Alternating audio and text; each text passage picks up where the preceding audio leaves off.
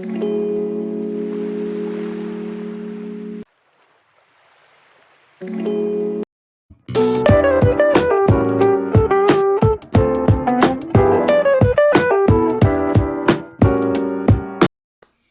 up again, guys, and welcome back to my channel, G Oily Essentials. This is G Oily Mama that will be sharing with you another essential oil tips that will help us soothe any pains in our body. I know that you've been working, or those who are not working, staying at home mom, or even work from home, you are not excused. We are not excused for getting any pains in our body kasi nasi-stress tayo, na-overwork tayo, nagiging exhausted tayo sa physical work.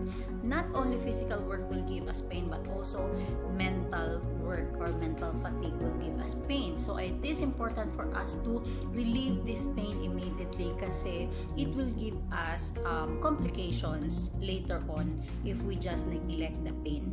Okay? So in this video, guys, I would like to, before I will be sharing with you this essential oil tip that I will be sharing today, before that, I would like to give a disclaimer that this video is not intended to diagnose, cure, or treat any disease. This video is not even to substitute any medical advice. Okay, so if there's any symptom that will persist, please contact or consult your medical professional. So okay, so to start with today, I will be sharing with you this essential oil tips. So what we will be needing for this essential oil blend. So ano ba yung mga essential oils na to? Okay? So ang mga essential oils na to, guys, are essential oils are actually plant-based. Okay, they are used for aromatherapies, and it has been widely used since before, guys. Even in the ancient times, even on those first people pa na nagsimula dito sa mundo, ginagamit na po talaga yung mga plant medicine. And then as the science evolves, na discover na natin kung paano i-extract yung aromatic essence ng isang plant, at yun ang nagiging therapeutic benefits ng plants natin, ano? So yan, yun yung nagbibigay ng therapeutic benefits sa katawan natin. Okay, so one trivia, guys, actually the plants heal itself. Okay, so the essential oils are the blood of the plants. Okay, if we have blood as human being, essential oils are the blood of the plants. Yun yung nagbibigay ng buhay sa plants. Okay, so once we inhale it, once we incorporate it in our body, it gives a healing benefits that will help us soothe some, or relieve us from some of the symptoms that we are experiencing almost every day. Okay, so what we will be needing in making this essential oil blend today is we will be needing a virgin coconut oil. Okay, so we'll be needing virgin coconut oil, and then we will be needing the Panaway essential oil. Okay, so ano ba tong Panaway? So okay, iaano ko lang sa inyo yung Panaway kasi hindi ko memorize. Okay, it's here outside.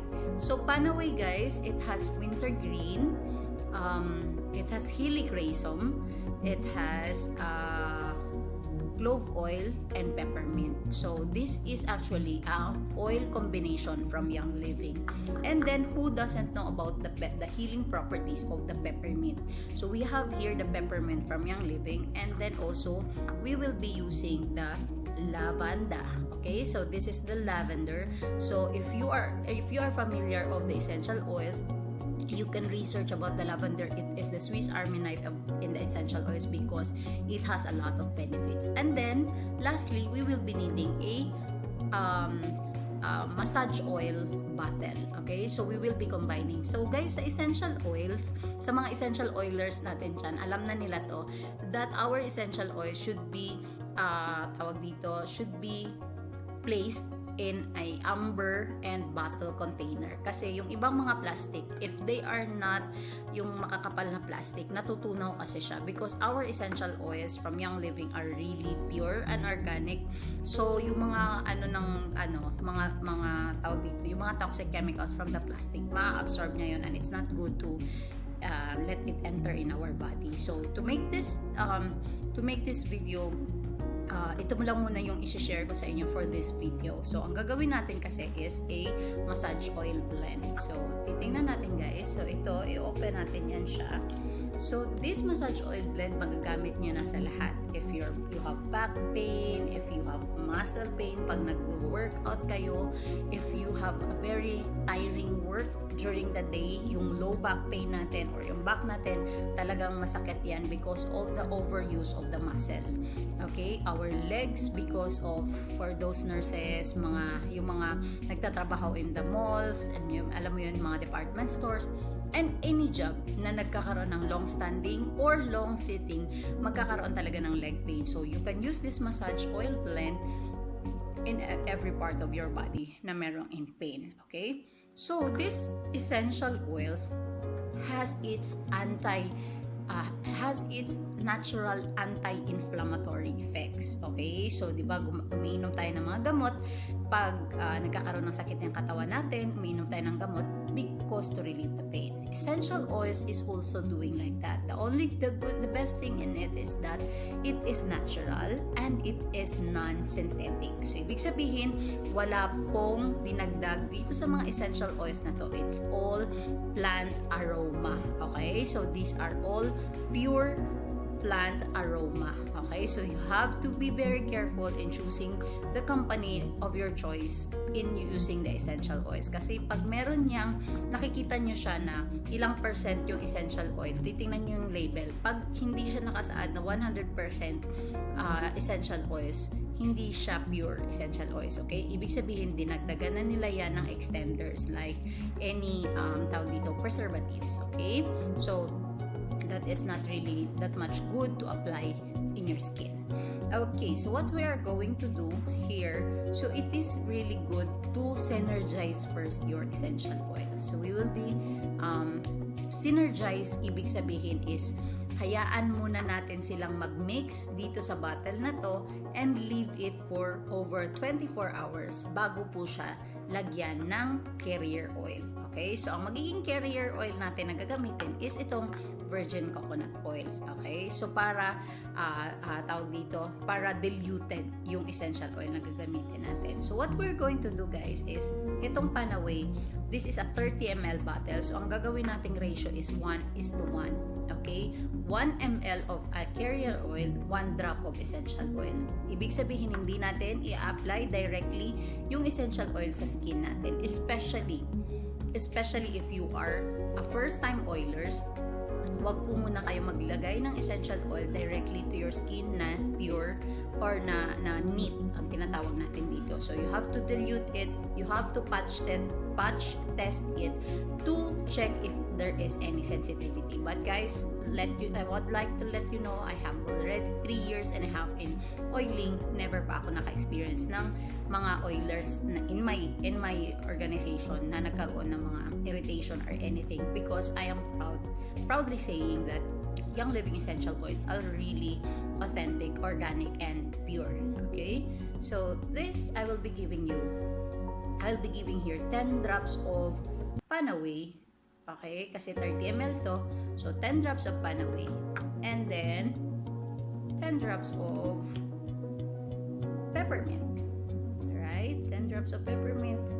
Ang sarap nito sa pakiramdam. Okay, hindi ito okay. Now we will be making also, we will be putting lavender, 10 drops.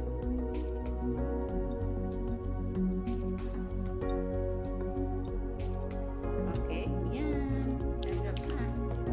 So as what I have said earlier guys, mas maganda siya pag isi-synergize mo muna, kasi synergizing the essential oil will make the healing properties of the essential oils more stronger. Alam mo yung pag ma-combine mo na sila, mamimix mo na sila muna, isa-synergize mo muna, para bang yung healing power niya parang magiging compact, no? Mas magiging malakas yung ano niya, yung healing properties niya. Okay? So So what I'm going to do, assuming that this is already 24 hours blended, we will just add the virgin coconut oil. Para hindi tayo mabuhos, I made it here. I transferred it here already kasi meron siyang parang hindi naman nozzle, but at least parang smaller yung hole niya para hindi siya mabuhos. Okay? Kasi yung funnel, hindi ako nakadala ng funnel dito. Okay, so let's make it faster. Okay. And softer kasi itong bottle na to, guys. Pag mga carrier oil na ganito, virgin coconut oil, grapeseed oil, tawag dito, mga mild sila, guys. Non-greasy sila. So, except sa yung mga iba na mga greasy na oil like olive oil, canola oil, ililesen nyo lang paggamit. They are good in, pwede silang magamit ng oil na good for intake. Yung ginagamit natin to dilute lemon para i-take mo yung lemon internally. So, tchadan! This is our massage oil.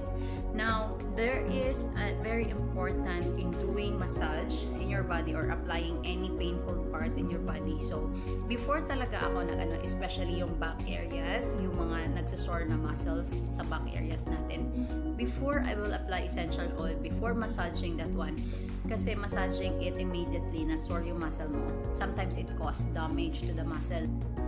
So, before doing the massage, I am using first a hot pack. Pag sore yung muscle, no, I'm using this hot pack. So, I bought this hot pack in Lazada.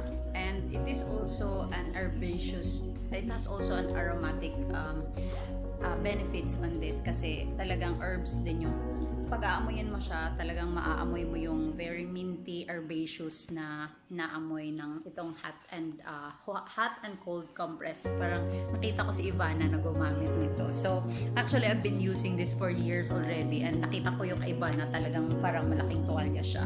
So, it's so aromatic, guys. Ang bango niya. Tapos, ang magagamit nyo ito by using the microwave. So, microwavable siya.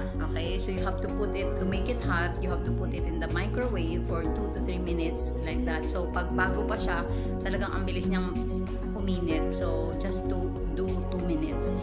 But if you don't have microwave at home, you can use the steamer. Yung steamer ng rice cooker, you boil the water, put this hot pack in the rice cooker, in the steamer, and then ma-absorb niya yung init, and then apply it in your back. And ganito siya. Okay? Now, it relieves the sore muscle. Okay? So, once there will be a relief in the sore muscle, that's the time you will apply this massage oil blend at the back. Okay? So, any part, for example, magkaroon ka ng muscle pain, so just hang it there in your hand, put it in your leg, in your lower back, especially yung mga ladies na nagkakaroon ng menstrual flow every month, pwede nyong i-apply siya above the abdomen or below your lumbar part or your lower back. Yan. So, nakaka-help siya na ma-relieve yung sore muscles, and then that's the time you will apply the essential oils para din ma-open yung pores ng ating skin, so it will be ready to absorb the essential oil in our body. Okay, so that's it, guys. Thank you so much for listening, and I hope you get something. If you have any questions for any essential oil blends, kung meron kayong tanong kung anong magandang essential oil na gamitin para kung saan, just let me know. Send me a message in any of my social media accounts in Facebook, Instagram, or in comment section below. Okay, so that's all for today. Bye.